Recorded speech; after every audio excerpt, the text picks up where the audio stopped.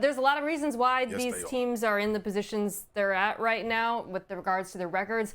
But I think the number one reason is roster construction as we spin it forward for Cincinnati and think about what they have to do this offseason. And there's no, I think, greater contrast than these defensive lines because both have elite edge rushers, TJ Watt, Trey Hendrickson in Cincinnati.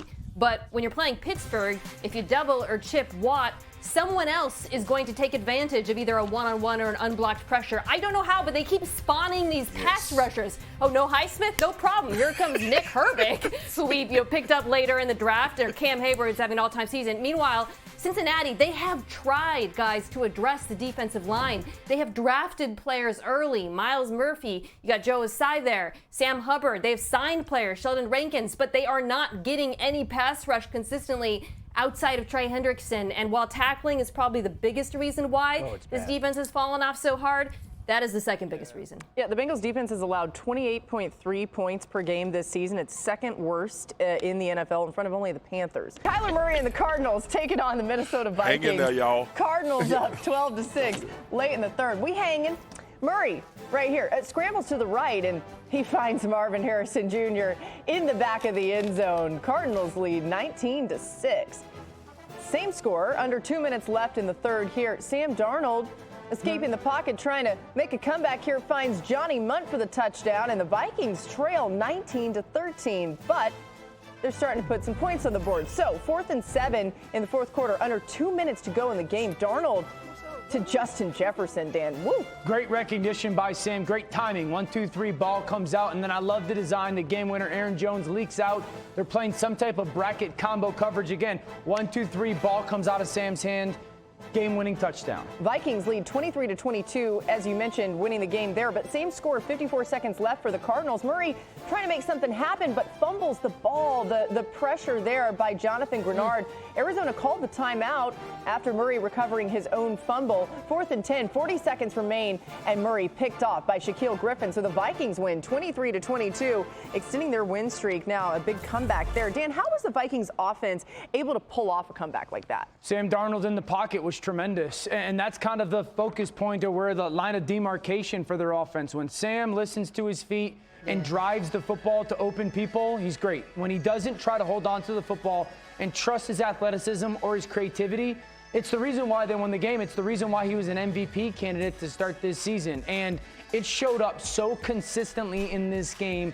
The element of their offense that is based on timing. And when Sam plays on time, that's the 4th and 7 completion of Jefferson. He's a tremendous quarterback. If the Vikings get that, if they get that version of Sam Darnold, they're going to matter in the playoffs. But that's the guy that has to show up over the course of 4 quarters. Yeah, the Vikings have come up clutch under Kevin O'Connell. He's now 24-9 as a head coach in one-score games. That's currently the third best by any coach in NFL history, trailing only Hall of Famers Guy Chamberlain and John Madden. Goodness. Mina, as good as the Vikings have been in close games, you think the Cardinals did them a favor late in the game yesterday. Why is that? Yeah, I feel bad because Jonathan Gannon, I think, has been excellent this year. I thought the Cardinals' defense was terrific yesterday, all things considered. But I do believe he made a crucial error with a few minutes left. So the Cardinals were driving in the fourth quarter, late in the fourth quarter, which is 3 minutes, 20 seconds left. They're on they're at 4th and goal at the 4-yard line, and they kick the field goal here. The thinking is, okay, instead of going up 3, we're going to go, we're going to go up 6 points so that a field goal will not tie. The problem is when you do that, you are incentivizing the other offense to play with all 4 downs and to win. They're at the 33-yard line here. They know they have to go for it on 4th down, and they convert.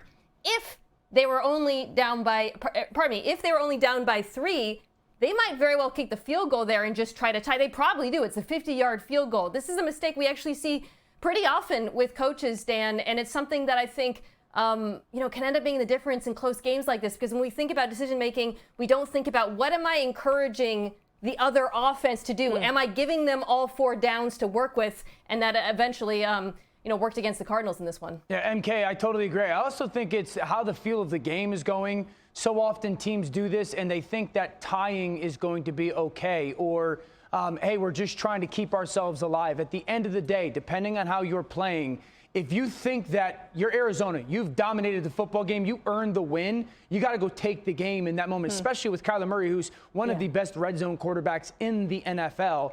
And vice versa, when you give the opportunity for Minnesota to go win the game, you're taking it completely out of your best players' hands. And I know they played well on defense, but I do think the aggressive mindset always pays off in those moments.